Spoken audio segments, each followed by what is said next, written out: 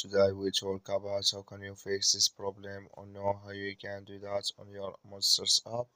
So all you have to do, so you just click here on settings here. We just click on settings, so then it's going to take you to this list.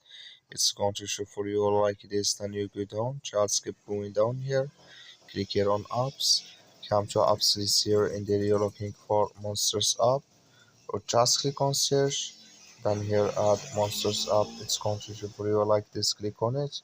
So then it's going to take you to this list. Click on for stop. Click on OK. Then you go down, just click on storage. Come to storage list here, just click on clear cache. Then all you have to do, so you just go to your Play Store, click on it here. You search here for Monsters Legends app. It's going to show for you like this. You will find here updates. Click on it, and it's going to work with you. That's all you have to do. Thank you for watching. Don't forget to support us by liking, subscribe.